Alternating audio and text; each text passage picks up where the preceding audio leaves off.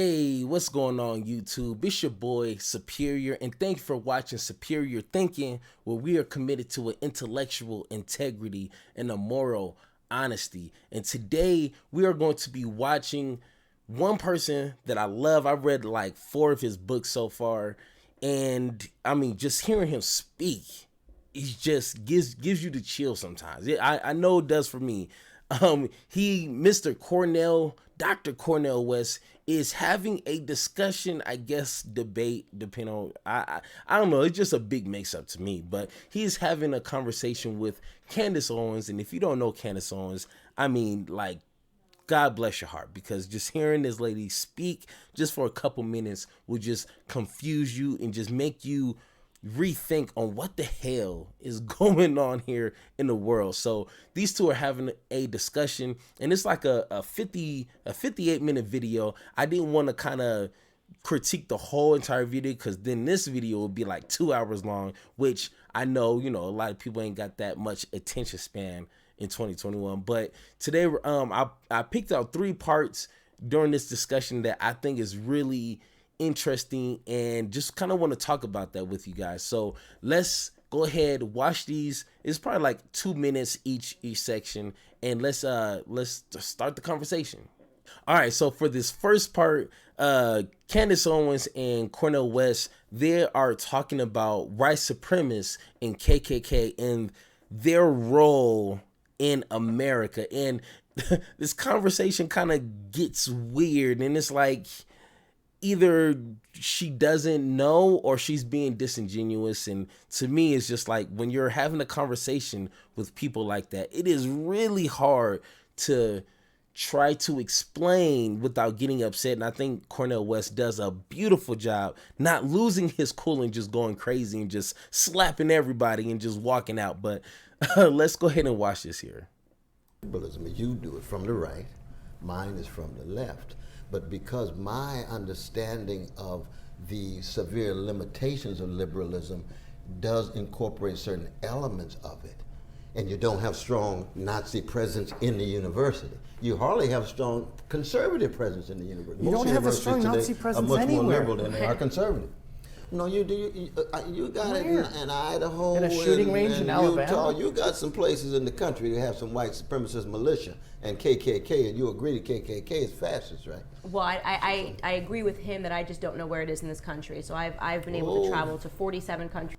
So just right there, if you don't see it, it can't be real. If you don't know where a KKK rally is happening, then KKK doesn't exist. That part right there, I would have just slapped them all and just walked away. Like, just because you don't know where these people live, like, this is not back in the 1800s where they're literally walking around with blankets over their head. Like, no, they're smarter than that. They're not going to put a target on themselves, so they're not going to walk around with like, I'm a part of the KKK. Back then they used to pass out like business cards like, hey, you have been certified a Klans member, or whatever it would say. They don't do that anymore because they know that's only going to out them and just make their life a lot harder. So they are smarter than that. They're not going to have a big old banner that says KKK meeting at 8:00 p.m. tonight, bring a friend. Like, no, but she's saying, hey, I don't know where they are, and I traveled everywhere. Like, over the past, 47 states over the past year, and I've not encountered or seen any pockets where I've seen Ku Klux Klan members. Do I believe that racism still exists? Of course, racism still exists. By the way, it's all. So if racism exists, who are these people who are channeling that racism? I mean, she kind of said it there, but it's like, but there's no KKK members, so therefore, like, I guess, I don't know, that's just weird. Always going to exist. There's always going to be black people that hate white people. There's going to be white people that hate black people. But the question of whether this is some organized cell in our country that has a lot of power, I strongly disagree with that. Well, I wouldn't say it has a lot of power. I would say it has some presence. I mean, they have empirical investigations, though, my dear sister, where you've got over 600 and some white supremacist militia groups, some of whom have death threats. And the FBI keeps track of them because the FBI infiltrates them. Where are they? You see? I don't know where they are because I That's don't the hunt problem. them See, down. They give that you should death tell threats? you that they're not a presence because we're You get death threats? What do you mean? I'm pretty sure Candace Owens will say, I get death threats. And then old boy would be like, oh yeah, I'm pretty sure she does. But you, black man speaking against, racism and white supremacy, you get death threats?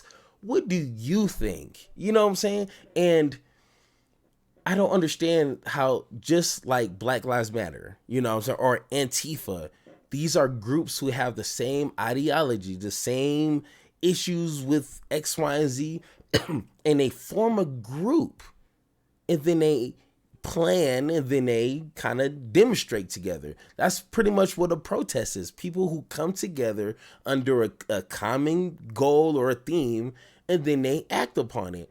So why is it hard to understand that if white people who don't, a simple example, don't like black people, what makes you think they won't come together to either talk about it, air out their grievances, kind of vent, or maybe, like Cornell West said, have militia groups, you know what I'm saying?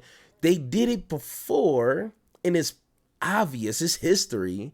So how come that's not possible today if Black Lives Matter according to her, is a terrorist group?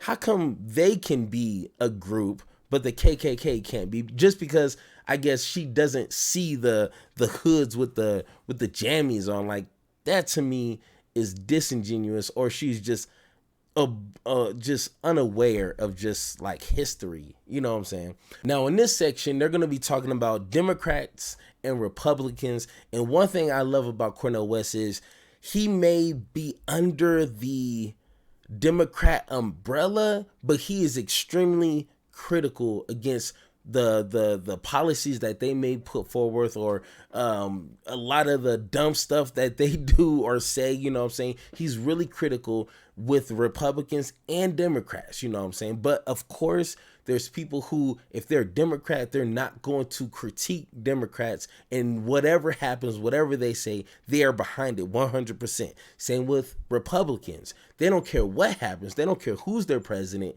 They are a Republican to the core, and they're going to fight for whatever is happening. Watch this. horrible stuff. And fortunately for you, because you hail in liberal land, you are a liberal.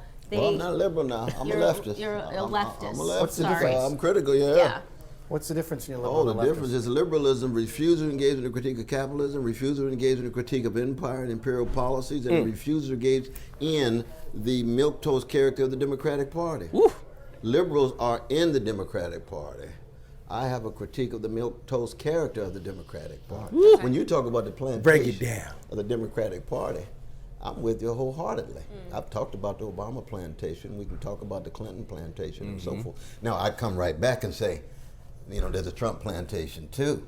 All of these politicians, all of these parties have their plantations. Well, I'm not a party person I don't in that tell sense. people that you can go anywhere and hear me speak. There's nowhere where I tell people that they should abandon the Democrat Party and go to the Republican Remember Party. this part. But you got a critique of the Democratic Party, Democratic leadership. Oh, 100%. Absolutely. I do. And Republican leadership as well. I mean, there are people in the Republican Party I still have absolutely no respect, God bless his soul, for John McCain, the Paul Ryan types. I regularly critique those people that's true. too, That's but true. it doesn't make the headlines, right? Right, So right, I mean, I critique both. What I advocate for is independence. And particularly here it government is. independence and shrinking government. Independence. I believe in free markets and a limited government structure. That's pretty much what I believe. And yeah, I'm painted as this horrific monster. I mean, you saw it after our debate. Like, we had a debate, and it's like headlines, big explosion. That's not how I felt ending that debate. That's not how you felt. I emailed, tried to get him on the show, but that's what they need. They need to make it seem like we're constantly at war. Well, you're a huge People threat to the people left. Now watch. They Watch. sensationalize these kind of things all the time for their own ends, for their own gain. No, but I didn't mean to interrupt. Go right ahead. No. And Watch. I think Candice is a threat to the left because she's bringing blacks to Trump. And without the black vote, the DNC is done forever. Can you maybe explain what Blexit is? Yeah, so I mean, I started the Black exit Listen. from the Democrat Party we've seen pretty much the same thing. Okay, so just right there, just the hypocrisy and just how when Cornell West explains his position, like already she was like, "You're liberal," and he was like, "Hey, hold on. If you knew anything about me, I'm not a liberal. This is what I am. Bam, bam, A, B, and C." He broke it down. And they were just like, "Oh, well, that shuts down our argument because they can't use the same talking points that they use for every other person who is a liberal." You know what I'm saying? So right there, that just wipes off half of their attack strategy because he doesn't claim everything that liberals do. Now, the funny part is when she was like, "I'm out there. I don't know why media is saying that I'm a monster. All I want is people to freely choose what party they want to be a part of. It's independence. That's what I'm fighting for." And then the other guy's like, "Hey, tell me about Blexit." And she was like, "Well, I'm bringing black people to Trump." It's like, but I thought you were for independence. That doesn't mean that that means you're unbiased on either party, and you're just speaking facts, speaking truth, and let people decide where they want to go, how they want to take that truth, and which side they want to go. But yeah, she says, "Oh, but my whole purpose is to bring black people to Trump, which is a Republican." It's like, once again, just the disingenuous just oozing out of these people just drives me crazy. Now, in this clip, they're talking about big government versus small government. And once again, this is a prime example of someone who knows their stuff, someone who's done their reading, someone who's done their research, equipped themselves with knowledge and wisdom, compared to someone who just has a bunch of bullet points that they've rehearsed over and over. In just any conversation, they're going to be spewing the same stuff, no matter what the topic is. They just have a bunch of bullet points that they're just going to be shooting out. And when you compare that to someone like Cornell West, you can just see the day and night in the conversation. So let's go ahead and watch this. And some of them have a genius that's undeniable. Right. So my thing is that those decisions, like us taking, welfare, incentivize that bad behavior in terms of removing fathers from the home, we have to be smart enough and wise enough to understand that and to turn that down. The answer to all of these problems is not more government solutions. You can't say the government did all of this and now we need more government to correct it. That doesn't make sense. That to me is the definition of insanity. Trying the same thing over and over again and expecting different results. But part of it is that our precious black brothers and sisters who are poor and working class need exactly what you and I have access to, which is some jobs with a livable wage. They need access to some resources. That's so it. That their conception of dignity is also tied to responsibility. Right. But we have. You see, she right away. But you have. He says something simple.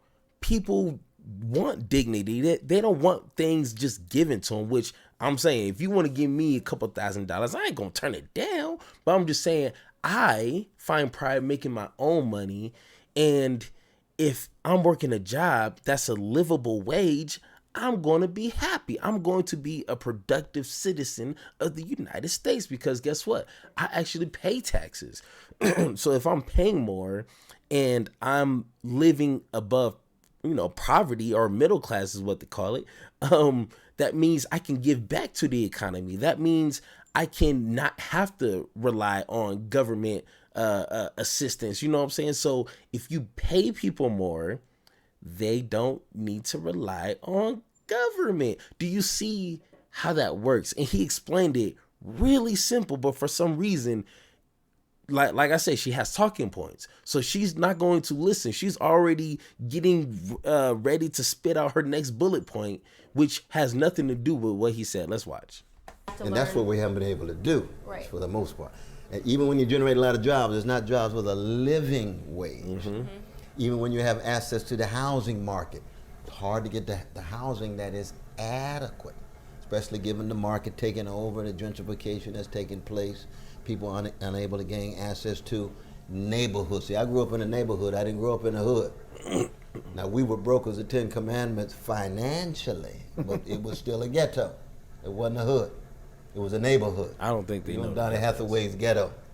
When he sings that song, and he and Leroy Hudson wrote the Ghetto, they talking about love, affirmation, as well as poverty, but it was not victim mentality at all. Curtis Mayfield was singing, he's singing about the ghetto in Chicago. He's not singing about a victim mentality at all. Right. He's talking about dignity, resilience, and struggle, but you would admit the poverty was overwhelming. That's partly a result of the history of the country. Slavery, Jim Crow, American terrorism, lynching, and so forth, you see. So that the stress on personal responsibility, I agree with you 100%. Yeah. But there has to be some structural realities that allow people to gain access to jobs and health care and resources. And I completely agree with that, and I think that that's where my limited government perspective comes from. We have to, like, this is why I support Trump. Peeling back on regulations, I think, is the most important thing that he's done in office. It becomes impossible for an entrepreneur, like I had cousins that live in the projects, who, I want to start a food truck. And then they go and they figure out how they can start a food truck, and there's about 80,000 government regulations and steps preventing them from doing that. Hey, just FYI, I'm not a business major, but if I was to go to a food truck and it seems like they are a driving hazard, you know what I'm saying? There's regulations for a reason, because they don't want, especially restaurants, you don't want to have people at a food truck serving you some stuff that has 1,000,001 red flags and get you sick, you die. Guess what? They're not held responsible because there's no regulations. If they break regulations, they have to either fix it or close down because it's a health hazard. Just like when people are building houses, if they don't have regulations, guess what? They're going to build houses as cheap as possible and as quick as possible. And guess what? If a wind, especially in Colorado, a huge wind comes, it's going to blow your house down because it's cheap material. You're paying more because they ain't going to sell it for cheap. You're paying more for cheap material, and they're not spending no time building it. And guess what? Your house falls, and hopefully you're not in it. And for what? Because people are afraid to have to follow regulations. Regulations is not a bad thing. So it de-incentivizes them. Now they no longer want to start a food truck, and this is what I love about Trump. So people are caught up in I don't like the way he speaks. I don't like. But you see how she just skipped over everything he said. Skipped over everything he said and just went straight to a talking point. I support Trump because he is against regulations.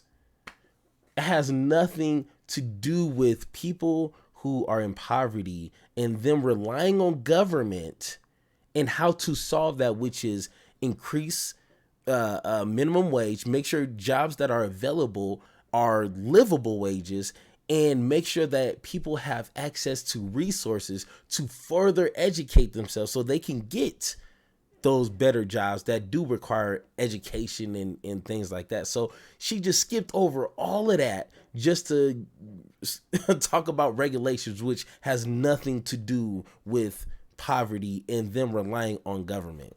Like his decorum, I like his policies, I like what he's doing. And so I call myself a Trumplicant. I like Trump. If the Democrats had a candidate that was talking the way that he was talking, then I would vote for that candidate as well. But I think he's the only person that's sort of disrupting exactly what you're talking about and actually presenting more opportunities. And that's a fact, because now we have the ever in this country lowest ever black unemployment. So you can say it's not enough money to support the households. We give Trump credit. And like I said, you can put 1,000,000 jobs out there, but if they're all, $10, $9, $8 an hour job, first off, no one's going to work that because it's a waste of time to make money that's not going to pay anything. And two, if people are working on, it's not, they can't live off that. And I don't know about every other state, but in Colorado, if you're making anything less than $18 an hour, you hopefully you're a child and you live with your parents, because you're going to be struggling. Making 18, 5, 6, 7 years ago, 18 was pretty good. Now in 2021, making $18 an hour is, you're in poverty. How much you make a year, you're in poverty, brother. You know what I'm saying? So it doesn't matter how many jobs, it's the quality of the jobs that matter. for that. Right, We but you give can the say there's brother not credit enough for money to that. support the But- households, but that's decisions that are being made. So you're a single mother and you have 3 kids. Well, of course that job is not going to be able to support your household because there are other decisions that you're doing Absolutely. where Absolutely. it's not meant to support a household. One individual But is I not think- meant to I raise think that one 3 of the kids by herself. contradictions, though, and you tell me what you think. One of the contradictions in terms of any support of Trump is he's got a $750 billion military-dominated budget that goes straight to the big marketeers. Both Democratic Party and Republican Party voted for it. That's not limited government. See, when you expand the military budget, you are expanding government. Okay, so You're I would disagree with expanding you. So government. and this is when I say limited government, I mean what do you believe is the function of a government? The function of government is to protect its citizens. That's the first thing you just said. So that's exactly, I agree with you 100%.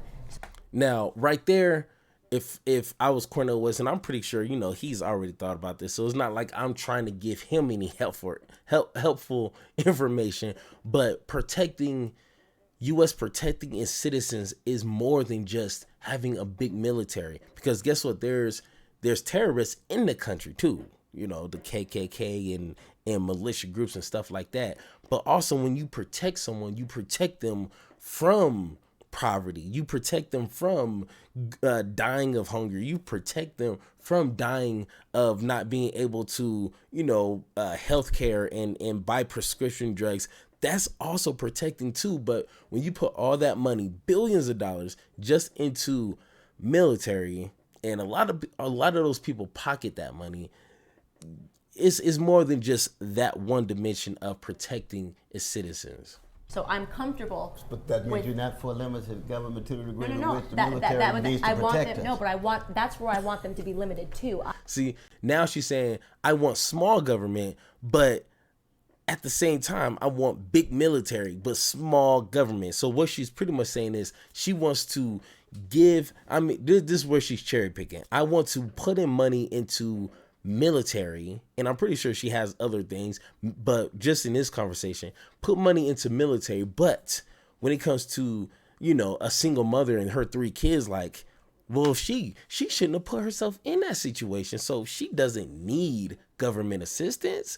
Or these people who are making $14 an hour, just get a second job. They don't need assistance. But the military, who be starting wars themselves, you know what I'm saying? Like, and what they do is put fear into people. Oh, China's gonna be attacking us any moment now. Germany. Oh, we gotta watch out for Putin because he wants to kill Americans. So that gives them a reason to just keep pumping billions or trillions of dollars into the government. And like I said, a lot of these people have businesses that rely on that money going to government. So guess what? People are pocketing money off of fear mongering. So yeah. I don't want the government trying to raise our children, which is what you and I were talking about off camera. When they step in and they say, now we're going to regulate this, we're going to regulate that. That to me is a government that's overstepping. When they're limited to military, that's exactly what we need the government for, to defend and protect. 61 cents of every dollar going to the military-industrial complex, and those oligopolies and monopolies are making billions of dollars, some of it waste. You would agree some of it's waste I'm in the sure, military? listen, Yes. the government, nothing Oh, the you got government does is corruption. sufficient. I agree. We know If we could corruption. isolate it to the Yeah. 750 just shot billion, through. and we were all fighting that the 750 billion was too much, that would be a great place to be. Right. But I nobody think we're even talks pissed off about it about because all of it's a this other consensus. crap. But it's all like the the other trans stuff. thing is going to be the end. Oh man, okay, guys. So that was just a nice couple of segments. Like I said, it's a 58-minute video. Hopefully, if I remember, go ahead and click the link down below if you want to watch the full conversation. Most of it just had me just screaming at my phone, but yeah, man, it's just really important if you're going to be having these conversations with people, if you want to try to educate, build up people, make sure you at least equip yourself with knowledge and wisdom and experience, and then you're at a point to where you can change people's minds, and better yet change people's hearts.